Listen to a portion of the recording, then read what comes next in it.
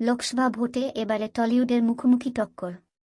একসময় যাদের ছিল গলায় গলায় ভাব, এবার তারাই সম্মুখ সমরে। দুটি আসনে টলিউড ভার্সেস টলিউড হতে চলেছে।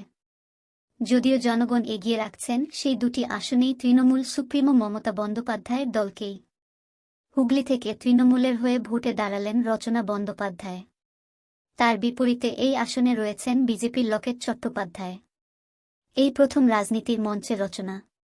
আজকাল জি বাংলার দিদি নম্বর 1 অভিনয়ের পাশাপাশি করছিলেন ব্যবসা। তবে কাজের তালিকায় যোগ হল নতুন দায়িত্ব। এবার থেকে তিনি জনপ্রতিনিধিও। 2019 লোকসভা ভোটে হুগলিতে হেরেছিল তৃণমূল। সেইবার শাসক দলের হয়ে প্রার্থী হয়েছিলেন রত্না দেনাক। বিজেপিকে সেই আসন জিতিয়েছিলেন লকেটি। এখন দেখার এবার তিনি পিছিয়ে পড়েন কিনা রচনার জনপ্রিয়তার কাছে।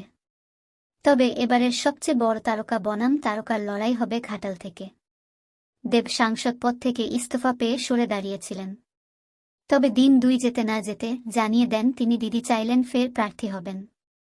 এখানে তার বিপরীতে বিজেপি থেকে দাঁড় করানো হয়েছে হিরণ চট্টোপাধ্যায়কে। হিরণ এমনিতেই দেবকে নিয়ে কটাক্ষ করার সুযোগ ছাড়েন না। তা সে গুরু পাচার কাণ্ড হোক বা বান্ধবী রুক্মিণীকে নিয়ে বিদেশ যাওয়া। ভোটের প্রচারে সেই টক্কর আরও কতদূর যায় বাংলার চোখ সেদিকেই। তবে 2024 লোকসভা ভোটের আসল চমক হলেন রচনা বন্দ্যোপাধ্যায়। যেখানে শুভশ্রী গঙ্গোপাধ্যায়, মিমি চক্রবর্তীর মতো অভিনেত্রীদের হাত ছাড়লেন মমতা, সেখানে রচনার হাত নতুন করে ধরা বোঝাচ্ছে দিদি এবার গ্ল্যামারের দুনিয়া থেকে বেরিয়ে এসে একটু ঠান্ডা মাথা খুঁজছেন। এমন কাউকে চান নিজের পাশে, যার সঙ্গে একাত্ম বোধ করবে সাধারণ মানুষ। আর রচনার থেকে সেই কাজ ভালো অন্য কোনো নায়িকাই বা পারবেন। এছাড়াও অভিনয় জগতের আর যে নক্ষত্ররা এবার লোকসভা ভোটে তৃণমূলের হয়ে লড়বেন তারা হলেন যাদবপুর কেন্দ্র থেকে শাইনী ঘোষ, মেদিনীপুর থেকে জুন মালিয়া, পুরুলিয়া থেকে শতাব্দী রায় ও আসানসোল থেকে শত্রুঘ্ন সিনহা।